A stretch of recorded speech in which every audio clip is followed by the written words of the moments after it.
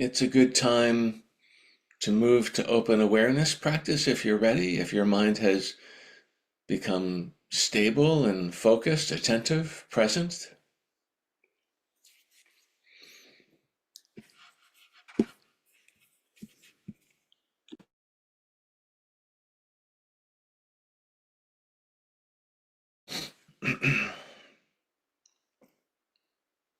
So we're holding our minds open, aware. We're trying to rest in the experience of the taken for granted, flowing, lively quality, being aware. Just resting there, knowing, awaring. In the image we've used many, many times, awareness is flowing like a stream, and the stream is not what's the branches and the twigs, the flowers floating on top. It's not the fish swimming in the stream. The stream is not the side of the stream, the banks of the stream, or even the bed, the stream bed. The stream is an experience. And so being aware, it's not the contents. It's not like the twigs and leaves and the fish. It's not the stuff in the stream. It's not your thoughts, memories, feelings, physical sensations, emotions. There's this taken for granted, flowing, lively quality of just being able to know, to be aware. Knowing, awaring.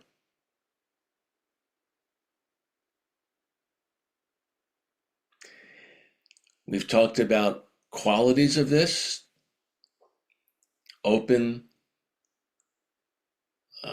radiant. Today we'll talk about knowing, cradling. Those are the four we're exploring this week. The open quality points at this as an experience. Just like if you put your hand in the stream and you try to grab it, your hand comes back wet, but there's no stream. Stream is an experience, not something you can grab. Being aware is an experience, it's not a thing. That's good news, because there's no perfect awareness, perfect thing you have to get. It's just whatever you're awareing right now, whatever you're knowing right now. It's a stream. So that lightens the burden of having to get it right. You're just being aware.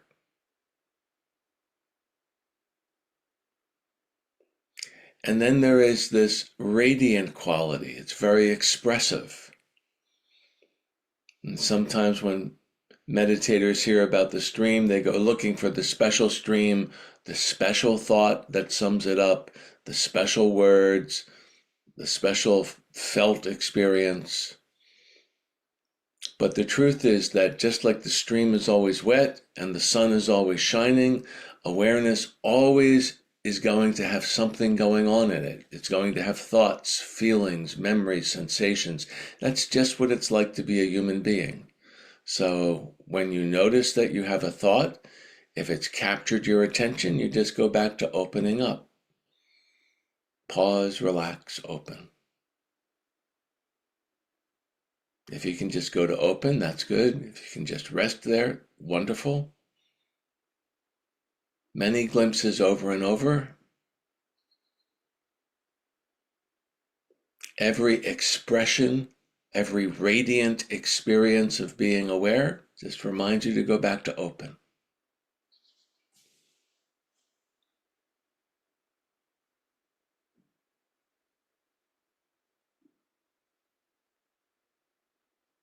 So today I'd like to point at knowing. Open, radiant knowing.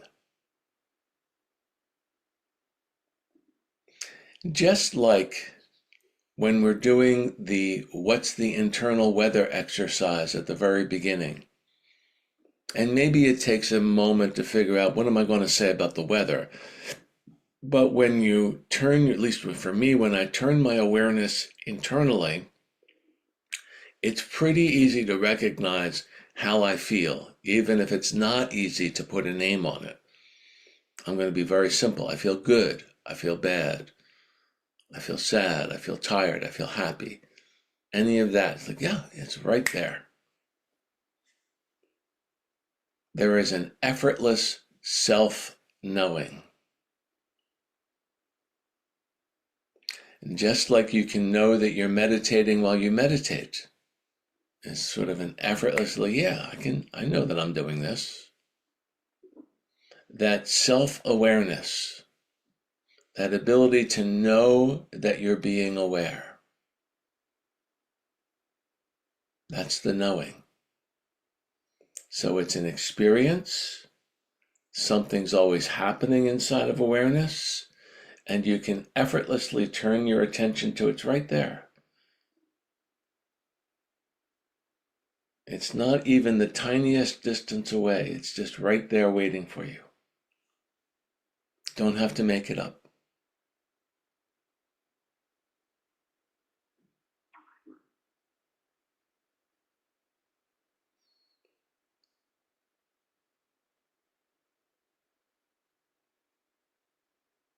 So we're just resting in the experience with all of the things that are happening and reminding us to come back to resting. And we're knowing that we're being aware. Awareness recognizing itself, knowing itself.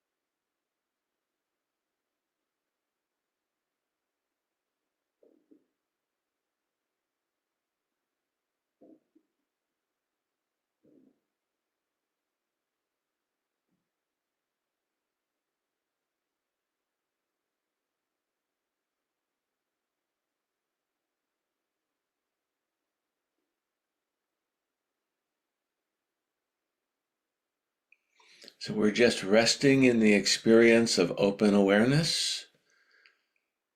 The openness is that it's an experience.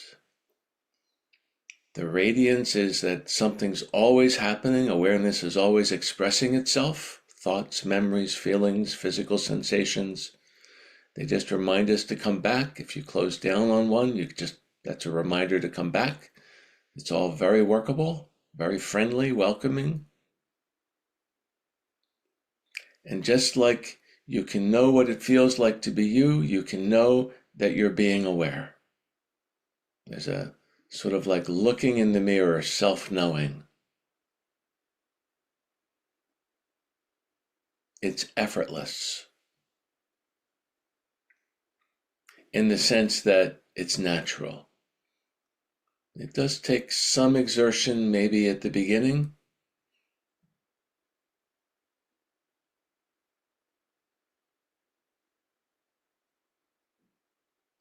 When the awareness is pointed outward, you easily recognize what's in front of you. We have names for everything: computer, coffee cup, everything, pen, cell phone. You just, yeah, that's what that is. It sort of just happens. Your eyes work, they go out, they see, you bring, you're interpreting what's happening. It's without thought. Your ears work, your sense of touch works. Your awareness goes out, contacts the experience of the world, and comes back with your understanding of the world.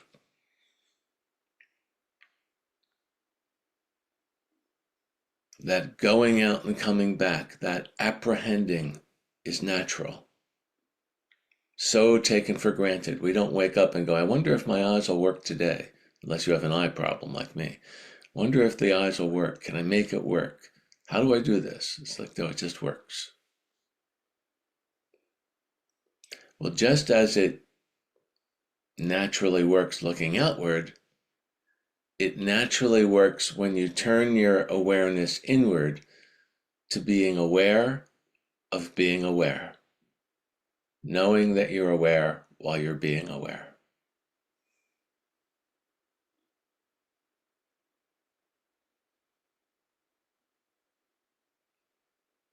And you might go, there's nothing there. That's right, there is no thing there, but there is an experience you can apprehend, you can be aware of. Oh, right. This is that knowing.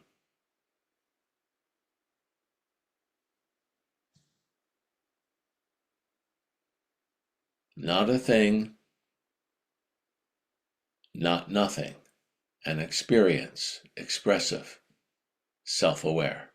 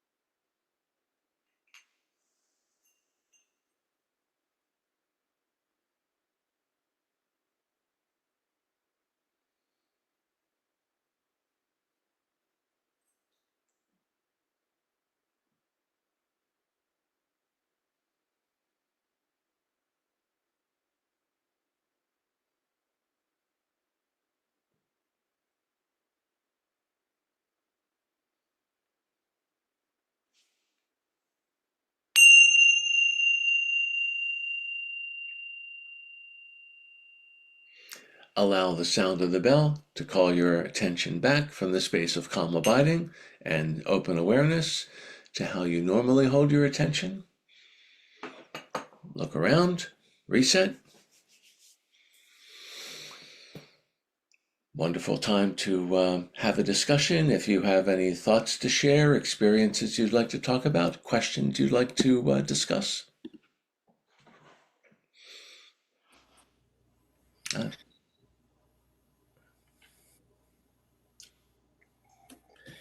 Brian, something came up for me. I was saying, no mind. I had no thoughts. And now I said, wait a minute, that's a that's a thought. thought. But I, re- I was wondering, is there actually schools of meditation that is a goal for some to? I was thinking Zen Buddhism, like no mind. Is that? And you mentioned you had short periods of actually no thought. Is that a goal in any of these? Well, um, I thought about yesterday about how long my answers are. So I'm going to try and make them shorter. Not really a goal. When teachers in Zen or other schools are talking about no mind, they're talking about that open awareness resting. We're all talking about the same thing.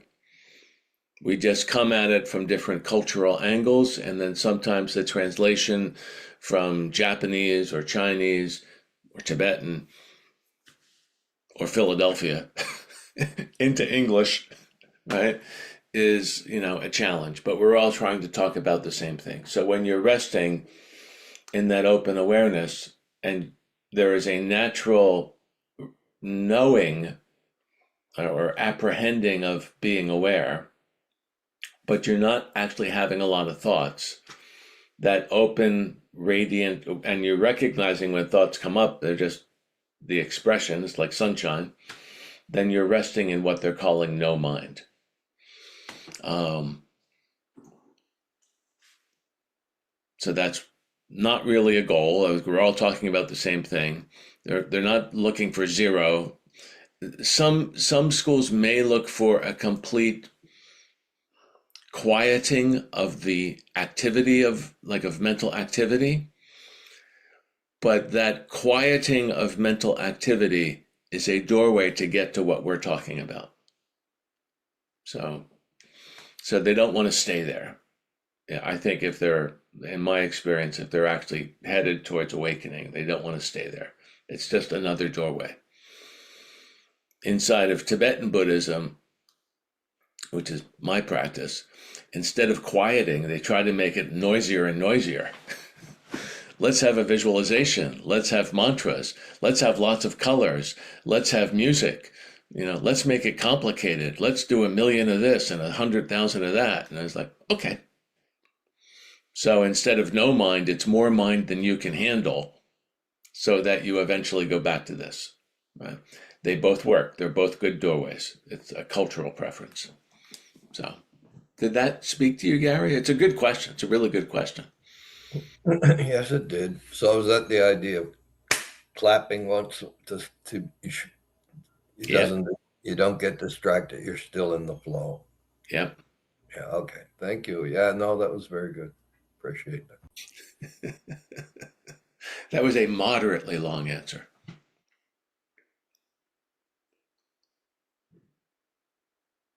Kathy.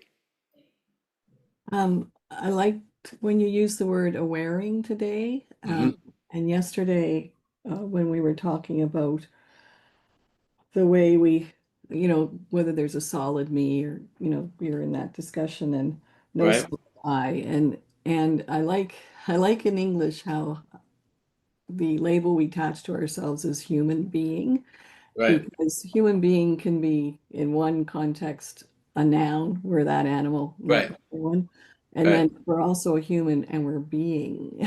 Yeah, I like it. That's good. Well Yeah. put. Well said. Yeah, and then Yeah. when we were trying to describe what our thoughts were about this this experience of openness, was thinking of a field.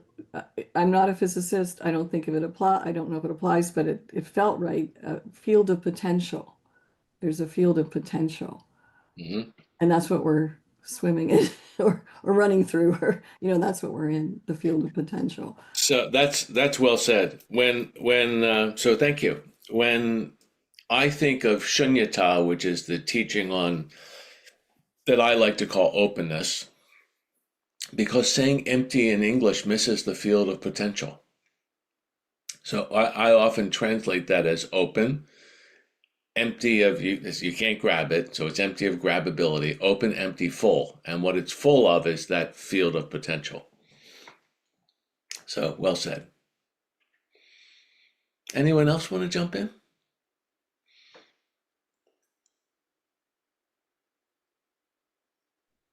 Cynthia. I just want to comment on your mudras, your hand gestures. I found that often the oral directions have been, I get tangled up in it, in the words, distracted. But your gestures are so immediate for me. It's just really, really Yeah. profound. So thanks for Well, that. I have that gesture from the mother lineage. Margaret. This is her thing. It's like this fundamental, motion. The most fundamental motion of being a human being is close, open, or open, closed. Chicken or egg, I don't know. It's like, so I just want to footnote that. And it's, yes, exactly. Thank you, Margaret. All Servants, my best open, stuff close. I've borrowed from other people. Haven't we all? Anyone else want to jump in? Margaret? I I'm not 100% certain, but I know I didn't make it up. Um,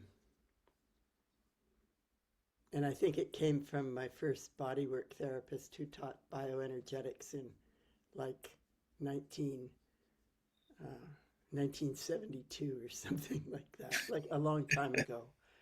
And Yeah. she was trying to describe the most fundamental movement of life. So it's either from her or from also a body therapist, Stanley Kellerman, Mm. who was late 1960s, early 1970s, Mm. working with pure sensation and trying to teach us how to go in and track in that sense of clarity and mindfulness Mm. that Brian's been teaching us, but also the field of potential that Cathy mentioned this morning. Stanley was trying to non-verbally walk us into that level of experience without ever talking about anything other than how the body works as opposed to the mind. One of them, I don't know which one, said that was the most fundamental movement of life for all beings, not just humans. Yeah. Thanks, Margaret. And it has served me really well. Friends, it feels like that might be enough. If anybody has anything, but it feels kind of full over here. It's not all about me. All right. So,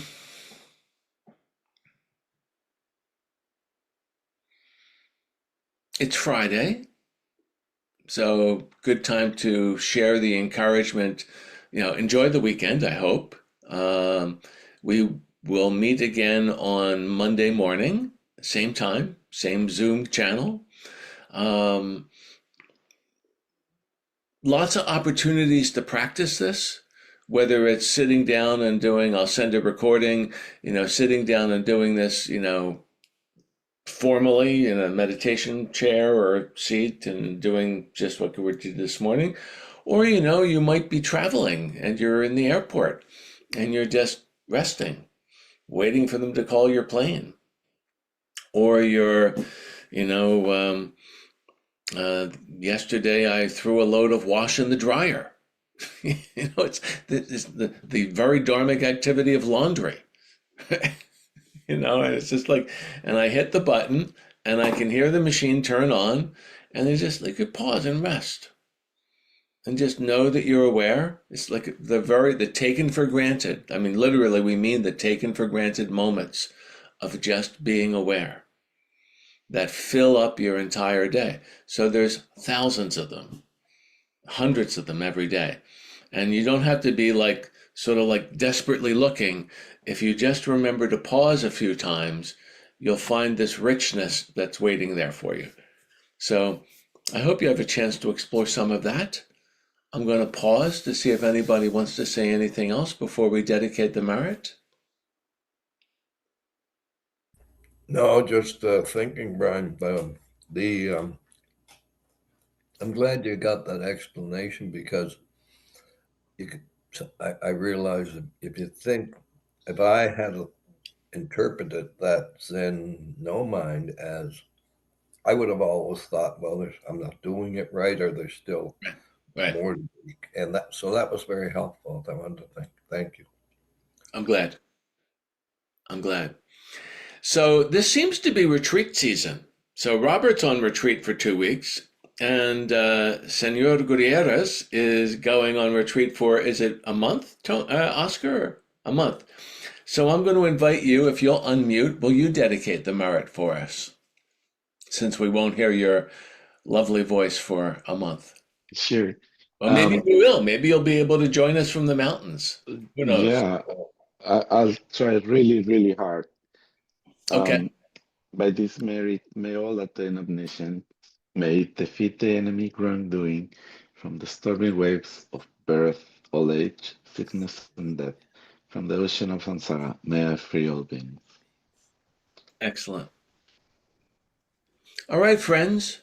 Oscar, I'm going to ask if you'll stay on, right? See you later. Down the road. See y'all later. Enjoy, Oscar.